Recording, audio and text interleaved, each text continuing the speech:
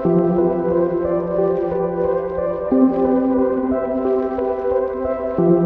semuanya, pernah kepikiran nggak soal keajaiban teknologi yang mungkin sekarang lagi ada di tangan kalian?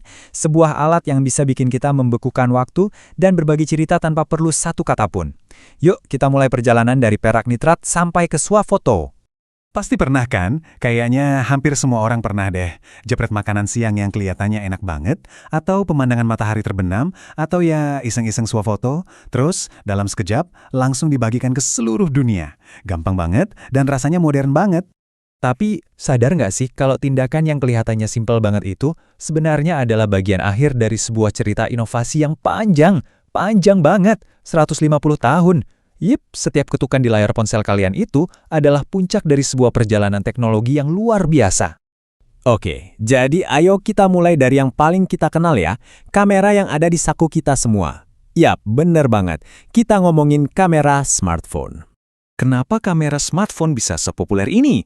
Ya jelas aja, lihat deh fitur-fiturnya. Abis foto, bisa langsung di-share ke medsos. Mau swafoto, ada mode cantik bawaan buat bikin makin kinclong. Lagi di konser yang gelap, tenang, ada mode malam.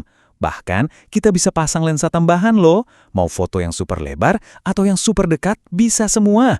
Semua kekuatan itu ada di genggaman kita. Terus, apa bedanya dong sama kamera saku digital biasa? Nah, kalau soal sharing foto cepet-cepetan, smartphone udah pasti juaranya.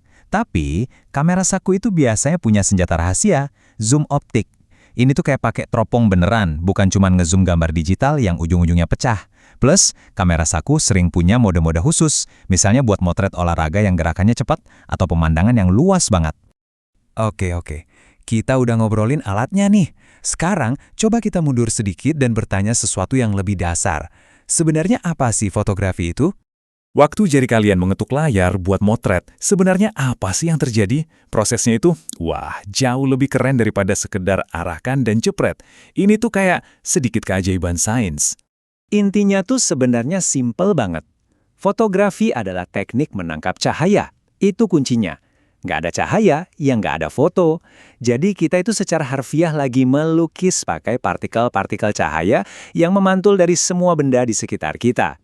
Nah, di sini nih kelihatan beda, utamanya sama menggambar. Kalau kita menggambar, kita kan bikin gambar dari nol ya kan, pakai pensil, pakai cat. Tapi kalau fotografi, kita itu menangkap gambar yang sudah ada di depan mata kita dengan cara merekam jejak cahaya dari objek itu. Nah, ini nih bagian yang paling seru.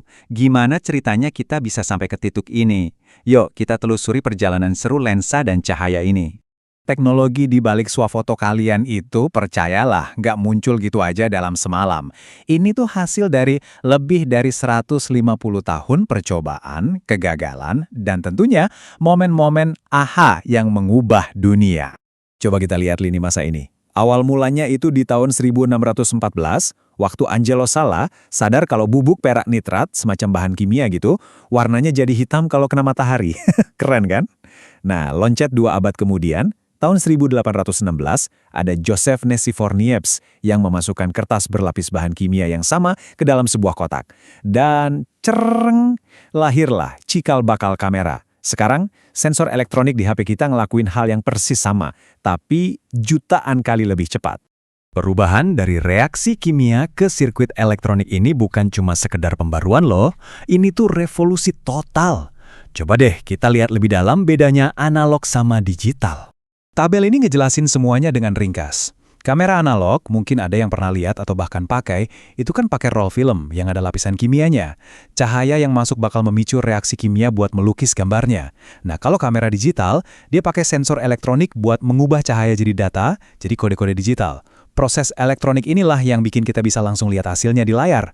Nggak perlu nunggu berhari-hari buat nyuci film. Terus dampaknya apa? Wah, gede banget.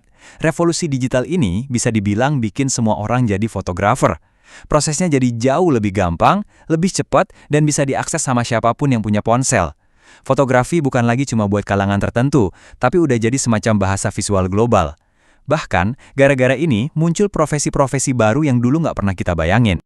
Jadi, lain kali kalian ngeluarin ponsel buat motret sesuatu, coba deh ingat, di genggaman kalian itu ada hasil perjalanan teknologi selama 150 tahun. Kalian bukan cuma megang sebuah perangkat, tapi kalian megang sebuah alat super canggih untuk bercerita.